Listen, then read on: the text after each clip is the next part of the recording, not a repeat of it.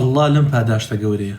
پێغەمبەر فەرمی صلی الله عليه وسلم إن في الجنة غرفة، لە بەهەشتا قەسر هەیە، لەناو ئەم قەسرانەیە هەمووی ژوورژوورە، کۆشکی زۆر گەورەی تایە. ئەم ژوورانە یوڕا ظاهیڕها من باطنیها، کە ئەچیتە ژوورەوە دەرەوە لێوە دیارە، وباطنها من ظاهرها، يعني ئەگەر لە دەرەوە بی سبحان الله ناوەوە لێوە دیارە، و تایبەتە بەخۆت ئەچیتە ژوورەوە دەرەوە لێوە دیارە. فەرمووی أعدها الله لمن صلى بالليل والناس نيام، خوای پەروەردگار ئامادەی کردووە بۆ ئەو مسلمانەی صلى بالليل، شەونێژ ئەکات والناس نيام، لە کاتێکا خەڵک خەوتونە. مژدە لەو کەسانەی کە شەونێژ ئەکەن بە قەسرانێک بە چەند کۆشکێک کە ئەچیتە ناوەوە دەرەوە دیارە، لە دەرەوە ناوەوە دیارە، واتە هەمووی لە شوشە دروست کراوە. بۆیە پێغەمبەری خوا صلی الله عليه وسلم فەرمووی عەلەیکم بقیام الليل، دەستگرتە بن بە شەونێژەوە، فإنه دأب الصالحين قبلكم، پیشەی پیاوچاکان بووە.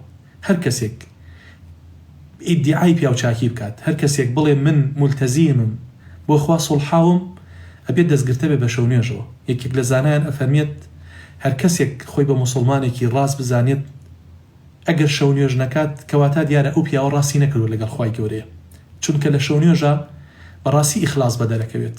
هەموو خەڵک خەوتووە، کەس ئاگای لێ نییە، بەڵام تۆ بە خەبەریت مناجاتەکەی لەگەڵ خوای خۆتە. بۆیە فەرمووی وإن قيام الليل قربة إلى الله، شەونێژ نزیک دەکاتەوە لە خوای پەروەردگار. بۆیە ئەوانەی کە شەونێژ ئەکەن سبحان الله زۆر نزیکن لە خوای گەورەوە.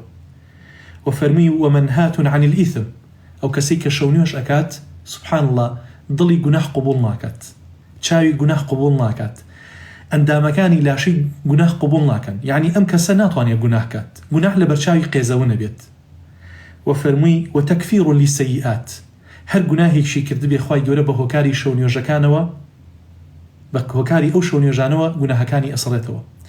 بۆی پێغەمبەری خوا صلی الله عليه وسلم لە ژیانیدا شەونێژی تەرک نەکردووە. تەنانەت باسی عەبدوڵڵای کوڕی عومەریان بۆی کە ڕەزای خوای لێ بێت، فەرمووی نعم العبد عەبدوڵڵە، عەبدوڵڵا پیاوێکی زۆر باش بوو، لەو کانە یەقوم بالليل، ئەگەر شەونێژی بکردایە. طبعا دیارە بیستبووی کە عەبدوڵڵا ئەخەوێ و شەونێژ ناکات. بۆیە کە ئەم قسەی کرد عەبدوڵڵای کوڕی عومەر، ئیمامی عومەرە فەرمیە سوێن بەخوا لەوەتی لە پێغەمبەرم بیستوە صلی الله عليه وسلم شەونێژم تەرک نەداوە، هەتا ئەو ڕۆژەشی مرد شەونێژی تەرک نەدا، هەر شەونێژی کرد. کەواتە باشترین عەبدەکانی خوا ئەو کەسانن کاتی خەڵک خەوتووە ئەوان ئەو شەوە زینوو ئەکەنەوە، ئیتر ئەگەر بە ڕکاتێ بێ، بە دوو ڕکات بێ، بە چەند ڕکاتێک بێت.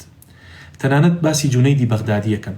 جونەیدی بەغدادی یەکێک بووە لە زانایانی ئەهلی سوننا و پیاوچاک بووە، هەندێک بە ئەولیا وەصفی ئەکەن. کاتێک کە وەفات ئەکات دێتە خەونی یەکێک لە نزیکەکانی خۆی، پرسیاری لێکە، ئەڵێ ئەی جونەید چیت بەسەر هات؟ ئەڵێ سبحان الله هەموو ئەو کردەوانم کەوا دڵم پێخۆش بوو هیچی نەبوونە ئەوەی کە ئەوەی من لە شەودا هەڵ ئەسام دوو ڕکات شەونێژ مەکرد بە پەنهانی کە کەس ئاگای لێ نەبوو.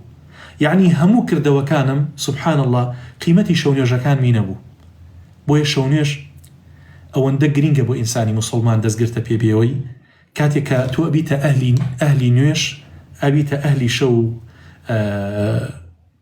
قیام ئەکەیت و شەونێژ ئەکەیت، تۆ ئەبیتە زۆر کەسێکی تایبەت لە لای خوای گەورە.